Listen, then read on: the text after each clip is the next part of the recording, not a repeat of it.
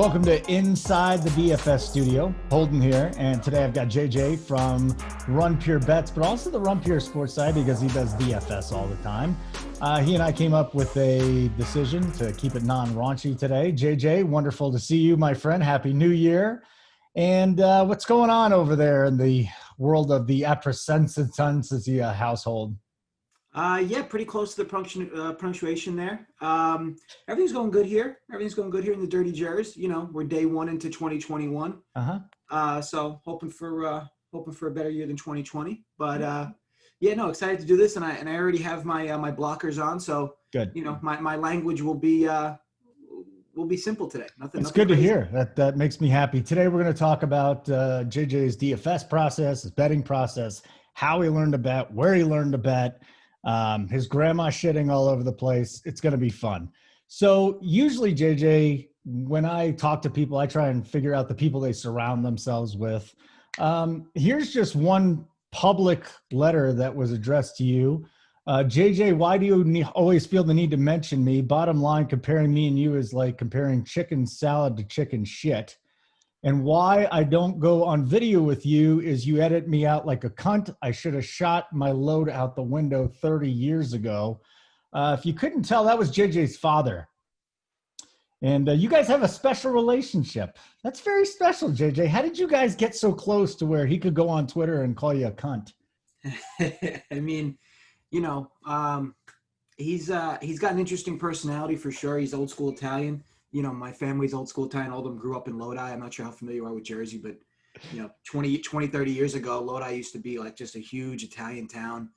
No, I mean, like I said, just old school in so many rights. I mean, his father was a bookmaker for years and years. Ultimately, that's where he learned. And then, you know, me growing up with him doing this stuff full time, you know, you just kind of organically learn steps to the trade and to the process. And, you know, overall, gambling's in my genes, of course, right? So, you know, all those steps along the way. I think it's always drawn us closer. You know, when we're one-on-one with each other, we definitely don't talk like this at all. I mean, you know, my fiance, I'll tell you, like, I mean, me and him together are like totally different than what she sees publicly on really?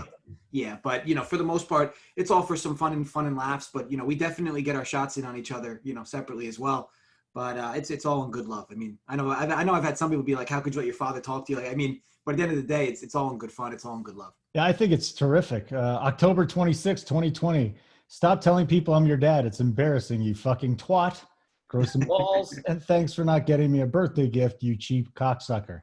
I mean, it's pretty amazing. That's his birthday. That was his birthday. Yeah. What'd you get him?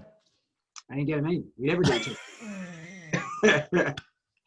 So in all seriousness, though, this is why you're doing what you do today on multiple levels. He didn't shoot it out the window. And second of all, you grew up with him. So take me back. You're a kid. Like, what's some of the things you remember when you're a little guy about your dad? Because he's been, in the sports betting business since he was a little kid too? Like, how did he learn? Yeah, so, you know, he learns, like I said, his father was a bookie, my grandfather. So he grew up in that. You know, basically taking payments and accepting payments from folks and kind of getting into the realm that way. But again, you know, learning from, we'll call it sharper bettors that he used to be able to take action from. He kind of learned how to become a better sports bettor in that regard. And then, you know, those processes kind of translated to me. I mean, I was getting taken to the Meadowlands racetrack from like age 5 or 6. I mean, you know, I remember even younger. I mean, being walked around the horse track. And, you know, ultimately I enjoyed it. And from early on, I was involved in I'll call it gambling at that level. And then, you know, I remember my dad tells a story too. I remember a guy, my basketball coach, when I was in the 3rd grade, takes a call, is making a call from a payphone, making a sports wager, you know, and I remember listening to him, and I knew my dad was on the opposite side. So I said to him, like, "Hey, I'm just letting you know, my dad's on the opposite side. And he's got some pretty decent contacts in the space that I'm pretty sure his side's going to be the right one." And he was like, "What'd you say to me?" Like, because it's so non-taboo for people to be making sports bets. And the guy was like, you know, so the guy goes up to my dad and it's like, "Hey, your kid found out I was making a sports bet. Like, he ain't going to be telling nobody about that shit, right? Like, I don't need my wife finding out about this stuff. I don't want anybody finding out that I'm making sports bets." And he's like, "Nah, he's fine. Like, the kid's not going to tell anybody anything. I mean, he finds out a lot more crazy shit from me than he will from one phone call you made. So you're good. Don't worry about it." But literally that day, the coach made me captain. I was captain the rest of the season. You got to be kidding me. Seriously? No, seriously. He was afraid. He was afraid I was gonna like rat him out. But I mean, like, you know, even the town I grew up in, Totowa, was a pretty big Italian town back then. That stuff was happening all over the place. I mean, this was all right around the time when Sopranos was starting to get filmed, which was literally that show got filmed 5-10 minutes from my house. Got filmed in Caldwell. I mean, I'm in Totowa. It's literally 2 miles from me. So just a lot of Italian. You know, you don't use the word organized crime, but ultimately a lot of gambling and stuff. That stuff goes on everywhere. But it was definitely going on for a lot of the spaces where I grew up.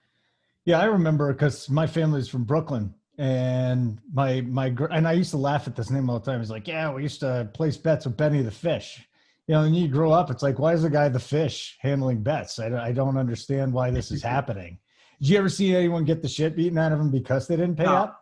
No, I never witnessed that. I was taken to the poker clubs, but like ultimately all I would do is I'd get like the milk and cookies. Like I have no idea what was going on. It was like a bunch of chain smokers.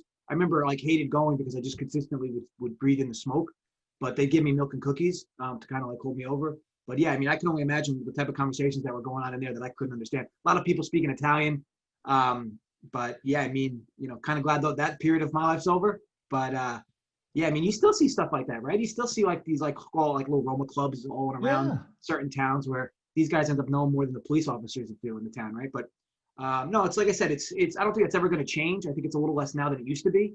But you know, I think ultimately I grew up with a bunch of this stuff and just kind of organically kind of flowed from there.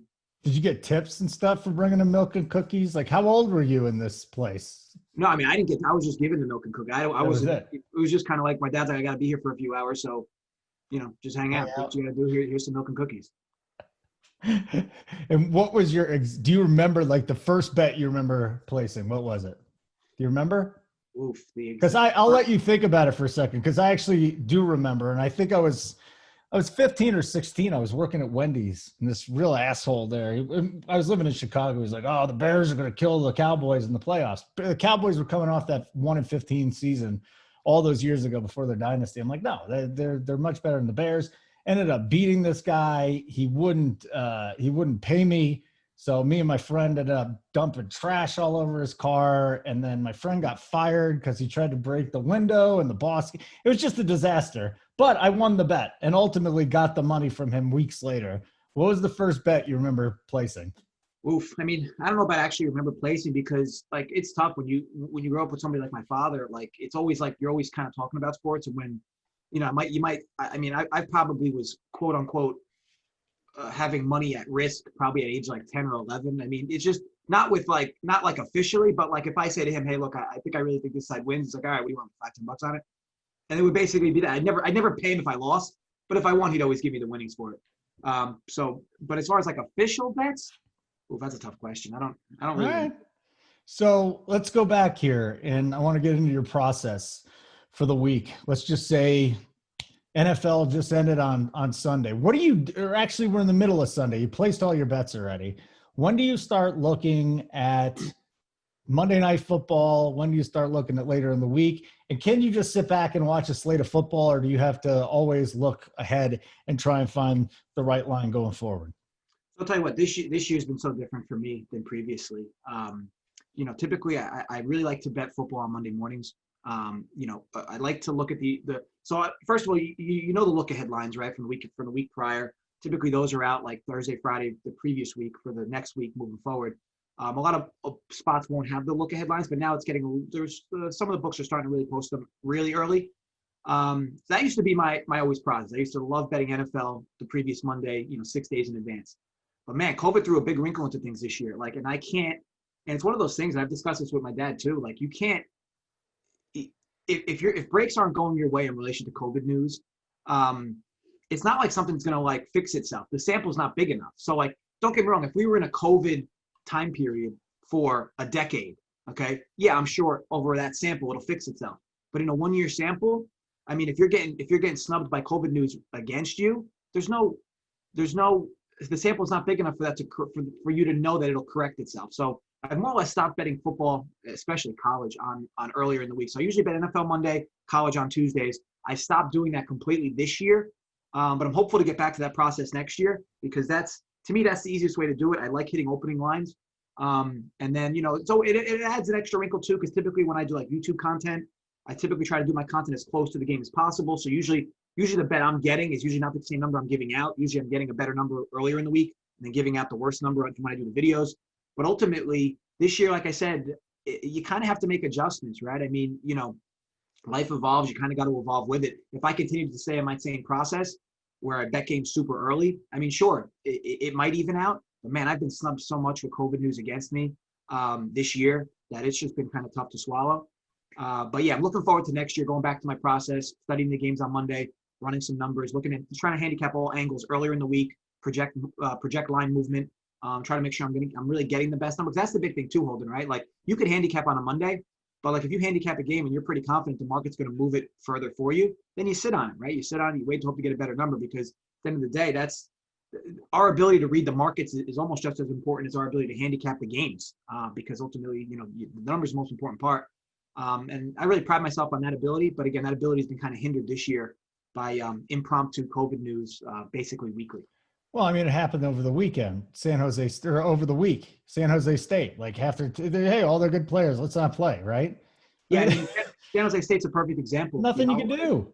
I mean, the news comes out 5 to 10 minutes prior, and sure, you could hedge off it in that moment, right? But then what do you do, right? We're giving out picks to a bunch of people. Like, what do you tell they're all not going to be able to hedge off it, right? So then if you hedge off it, the example you're setting isn't exactly great. I mean, either way, it's a tough scenario, and I just don't understand why like college specifically can't come out with this news sooner. But look, all in all, it is what it is. All you can do is try to adjust to what you're dealing with, and move forward. Yeah, and again, the bet side, runpurebets.com. So read all the stuff on Run Pure Sports, runpurebets.com, and you can just, if you already have a sports membership, add the bet side for $20. Been very profitable. NFL season's been terrific. Off to a great start, in the NBA as well. But so you're betting your whole life. Did you ever act as the bookie in school? Did you ever take money? Oh no, I used to play a bunch of CeeLo in school though. That game gets you into trouble. You used to play what? CeeLo. So yes. Yeah, I mean it's like it's just a dice game. You play with 3 dice, and 2 of them have to match, and if 2 of them match, the third number is your actual number. Yeah, I mean you can get yourself into some big pools, especially people have money. I mean, you can definitely get yourself into some trouble playing that game. But I used to play that game a lot in high school. You played it, or did you like run a racket? No, I didn't run anything. But you play with some of your friends. But again, you got to play with people you trust, because ultimately, like I said, some of those pools got pretty big. So you're a lifetime bettor. When did you get into DFS, and how'd you get into it?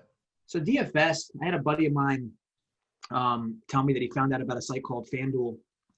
This has to be 8 years ago. He was like, "Hey, we're in all these season longs. Like, and I know you say you're so tired of dealing with the modifying players each week, and you don't want to be in it. Why don't we check this site out?" So I started playing some baseball DFS. I didn't exactly love the variance to it personally, but it got my feet wet per se. And then college. So then college was right around the corner, because it was towards the end of the baseball season, right when college begins. So then I started to dabble in college football. At the time, I felt I had a huge edge over everybody.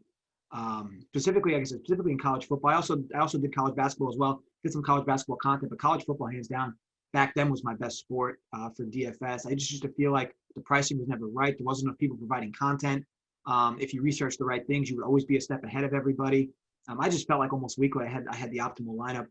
A little different now. Now you have so many content providers that your kind of quote unquote chalk is a lot thicker now. But back then there was a huge edge to be had in that college side.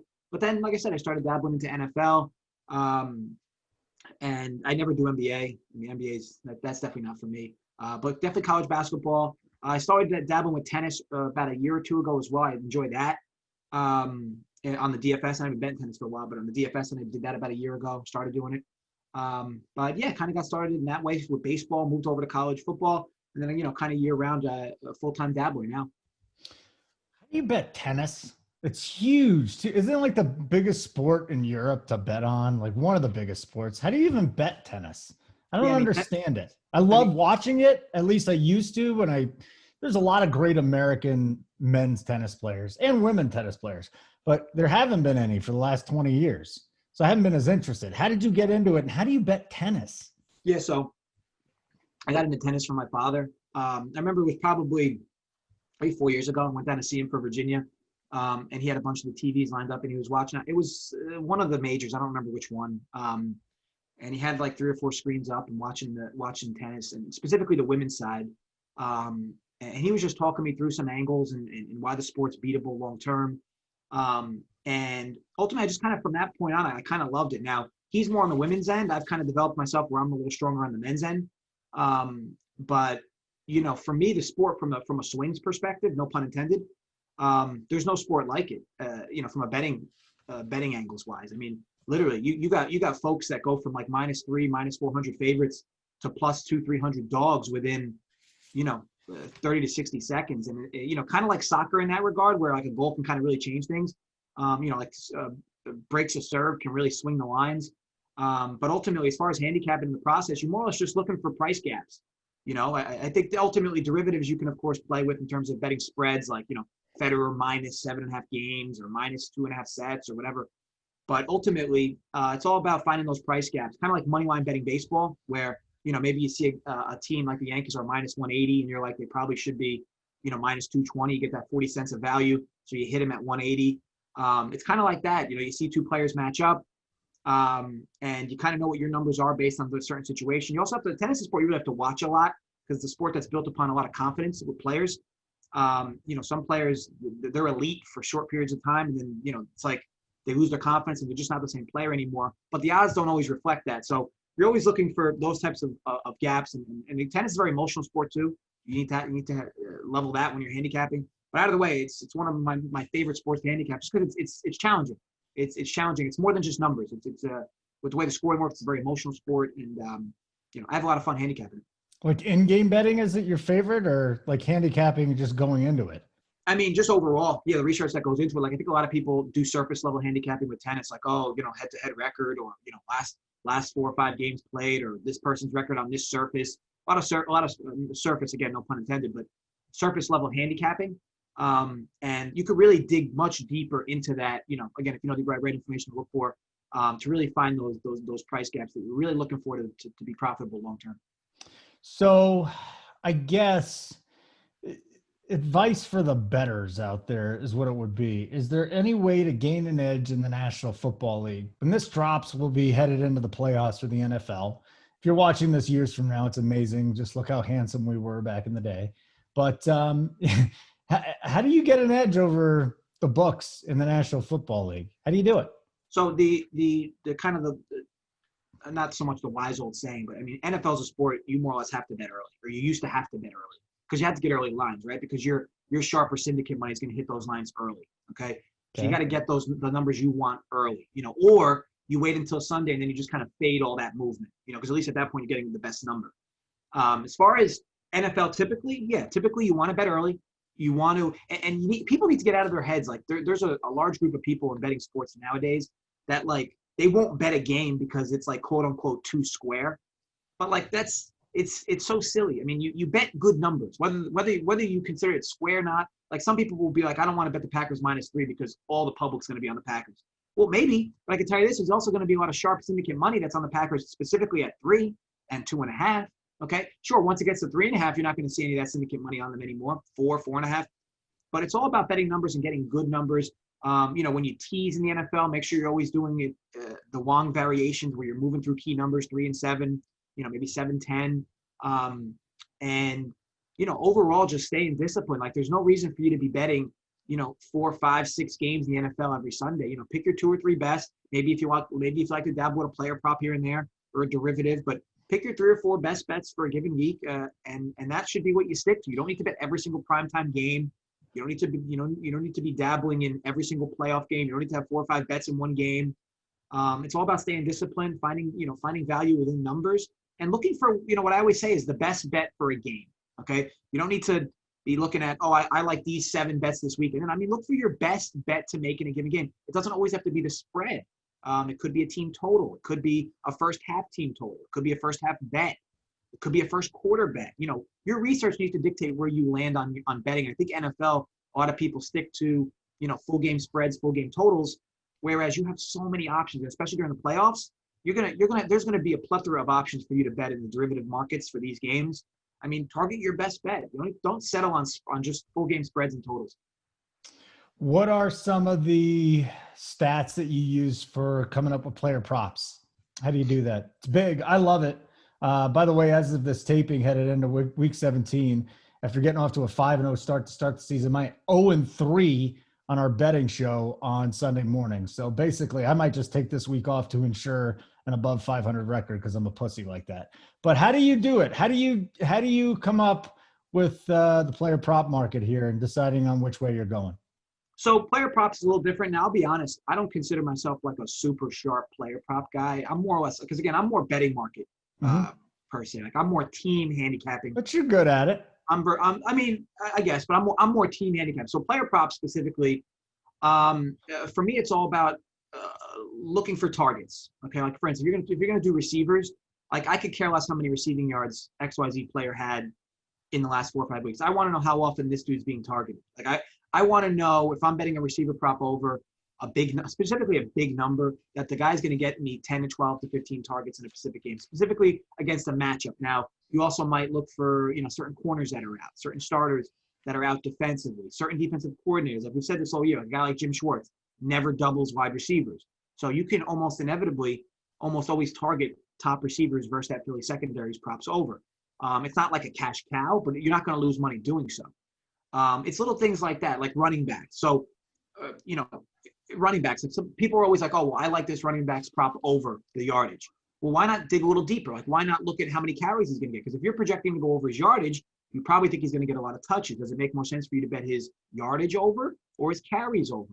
Then there's the other argument of, well, why not just wait until Sunday, 12:30 p.m. Eastern, and start looking for under props that have value? Because at that point, all your props have been steamed up, more or less from Thursday night or Friday night when they were released. And now by the time you're getting into Sunday, you're going to have some juicy props that have moved 8, 10, 12, 15 yards from open. And that's when you can specifically start targeting unders. I don't think enough people really do that. And again, I'm more in the full team handicapping mud. Yeah. So I don't spend near as much time doing that as I may have used to. But, if you're somebody who loves dabbling with props, to me, the best strategy for you is come up with your own numbers, but then wait until literally Sunday, 12:30 Eastern, and then just start betting and finding those unders that you thought you would like originally, and then pound them. Because again, I know you're going to be stressed about certain things, but I mean, it's always stressful when you're betting a player prop under, specifically good player prop unders. But at the end of the day, those are the ones that will end up being better expected value for you than some of those overs. Yeah, that's stressful. Betting unders is stressful, but there is a massive market. It's just like, it's not for everybody either, is it? Betting unders. It's almost like you don't even want to watch the game half the time. Guys like, you can always tell who bets unders because they're basically the guys that need Botox. I mean, Holden, me and you, I mean, we need some anti-aging something, right? Yeah, I mean, I don't know what that has to do with anything else, but sure. So yeah, that'd be stressful. You guys, you and Keg started playing DFS, by the way. Sports Keg is part of Run Pure Bets, and he does. He makes lineups like he's a toddler. It's kind of funny. But I've always told him, and I tell betting guys this all the time, and I tell DFS guys this all the time. If you're good at one, you should be able to be good at the other because it's predictive analysis. And if you have a process that works in one, you should be able to figure that out on the other side. How did betting help you with your DFS process? Well, I tell you this. So like a lot of what I do for DFS is relative to the betting markets overall, right? Like totals moving, spreads moving. It'll make me punch in people into my lineups that, maybe I didn't think to put them in at first, but now I know that, there's some significant line movement in such a set game. So you're always going to want to slot in certain players to give yourself exposure. I think early on, the biggest thing that I had to learn with DFS was the exposure. And what I mean by exposure is like, if there's a 10-game slate and you have 4 of your biggest totals of those 10 games, you more or less need to slot in at least one player in those games to get yourself that level of exposure to the game. Because if one of those 4 games shoots out, you need to make sure you have a said player in it to at least keep your hopes alive. Now, back then, I used to be a big-time cash game player. I say big time. I mean, that used to be where I used to be more of my money invested. Now I do more GPPs where I split the load a bit. So my thought process is a little different now than it used to be, specifically for like NFL. But overall, the exposure thing has been big for me. And I use the betting markets, of course, line movements, and my own numbers help with that in regards to that as well, for how I want to be over leveraged or under leveraged on certain games, certain teams, and especially certain players. So we've gotten through a lot of this stuff. I'm thinking, did I miss anything with JJ? There's so much to get to you with and so little time. I was introduced to you through a video when you did Sports with Facts, and you still do that. You give out the free plays.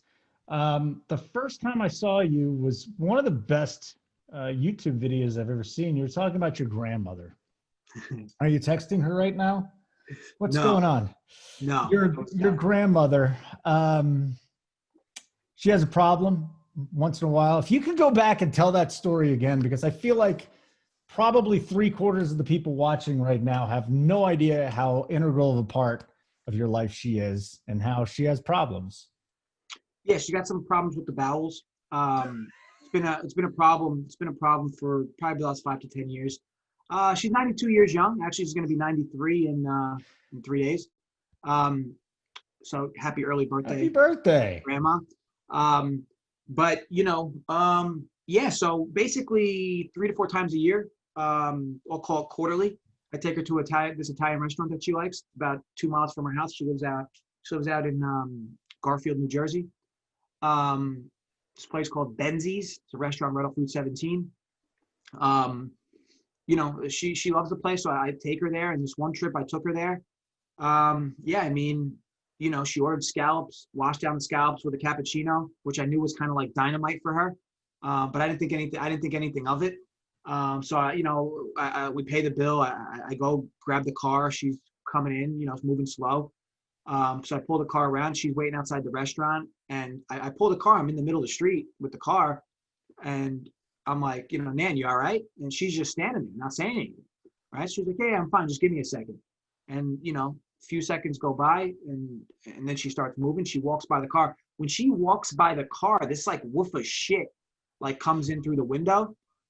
Just so bad that she comes in. Well, when she opens the door and sits in the car, I mean, it was apparent that this chick shit herself right there, right there in the parking lot. And so I have to roll up the window because I know she's probably ashamed of it. So like I didn't want to make it seem like, and the reason I had to keep the windows rolled up is it was like 5 degrees outside. Like I couldn't make an excuse for why I wanted to roll the windows down. I mean, it was freezing. So I don't know what hell's like, Holden, but I mean that car ride, has to be pretty. Did you ever talk to her about that? Well, when I dropped her off, I went inside because usually I'll end up taking out her garbage when I drop her back off. And she goes to use the bathroom, is in there for like 5 or 10 minutes, comes out and goes, woof. Jay, you'll never guess what happened. Woof. I don't know if it was the scallops or what it was, but it came up on me. She was like, woof. Yeah. I crapped myself right outside that restaurant. Woof. And of course I already knew that.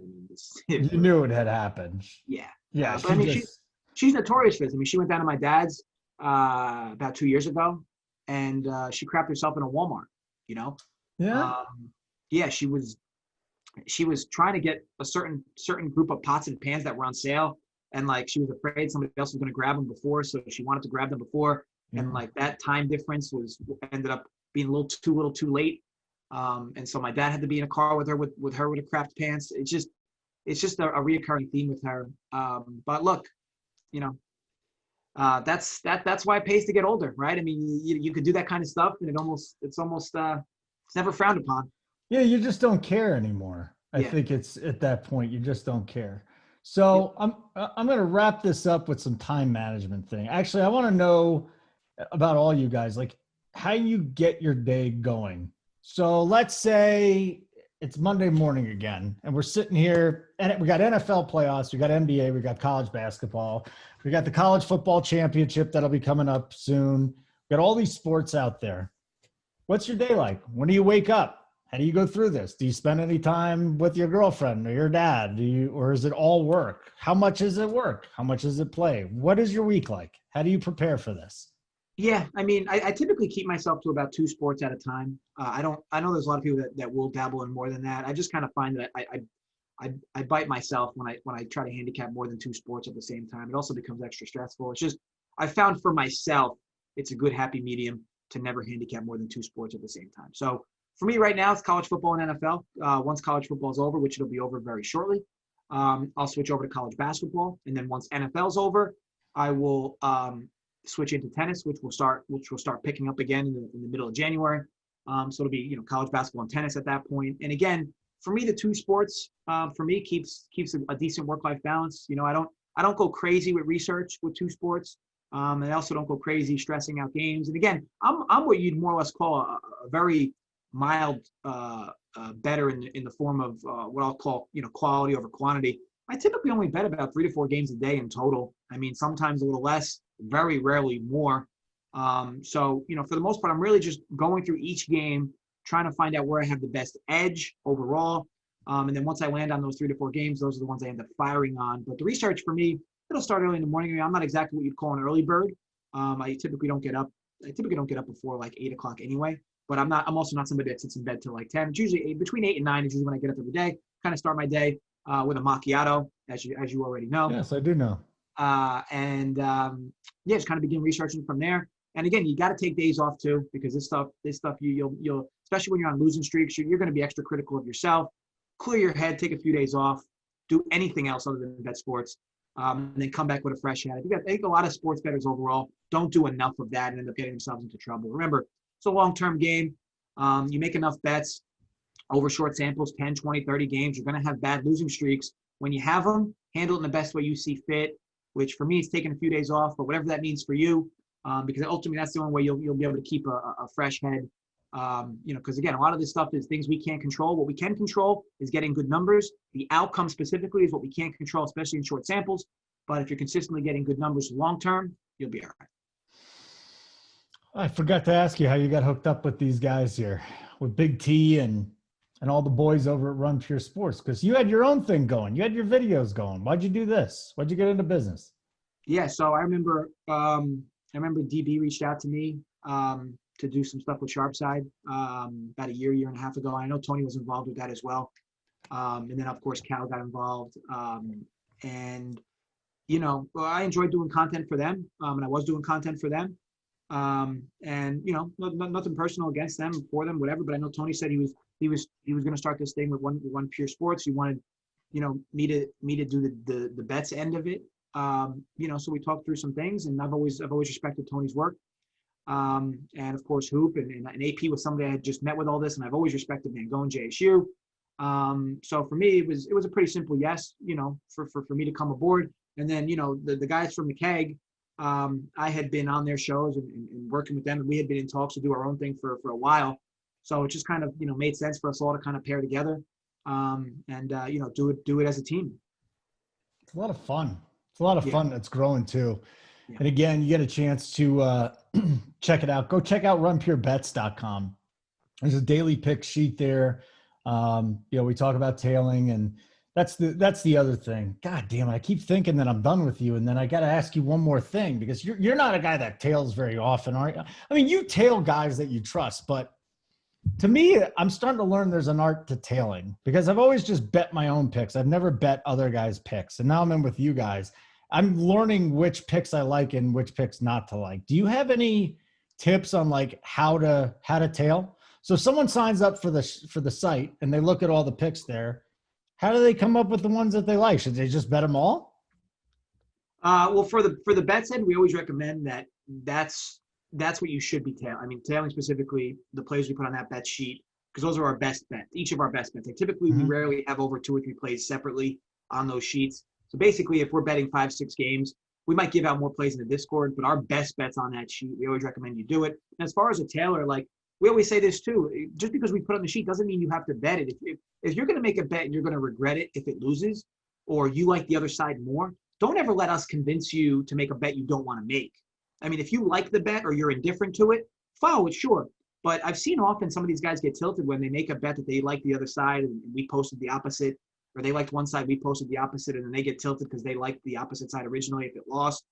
Like I said, I mean, tilt to your, tail to your strengths. You know, if you do your own diligence, do your own minimum research. Do realize that a lot of our own research goes into these picks, but do your own added brief, research if you'd like, reconnaissance work if you will, to see if you like the bet and then back it at that point. But other than that, I don't tail a lot of people as you mentioned, but definitely if I do tail, I'm definitely gonna have my own little spin of research on it as well to confirm my own suspicions on the game. All right, great stuff, JJ. Very good. If they want to sign up for the bet side, how do they do it? Yeah, runpurebets.com. Only $20 a month, $20 a week, $60 a month. Bets 25 off, gets you 25% off that first payment as well. So we got a nice little promo code going. Got a nice little family in the Discord as well. If you sign up, make sure you join the Discord. Discord's worth more than the price of admission alone, let alone the picks we give out, the private content, etc. But if you sign up, 100%, if you sign up, make sure you're in the Discord. All right, buddy. Great work. Wonderful. Thank you so much for hopping on, JJ. And where do they find you on Twitter? Because I like you as a follow. Yeah, it's at Uncle Dunkle with 3s for the E's. It used to be Sports and Facts, but rest in peace. At Uncle Dunkle. All right. Just remember, don't get married. You're too young for that, okay? Your girlfriend, very sweet lady, but don't do it. Don't let her pressure you into it. Fiance, Holden. Oh, you already popped the question? Oh yeah. I'm too late. I mean, we've been quote unquote married for years. Yeah, it's different. Wait till you have a kid, then it really gets different. Then you are going to wish you shot stuff out the window. For JJ, I'm Holden. Thank you to Simon behind the scenes for making this look great, and thanks to JJ for hopping in inside the DFS studio. Keep running pure. Later, everybody.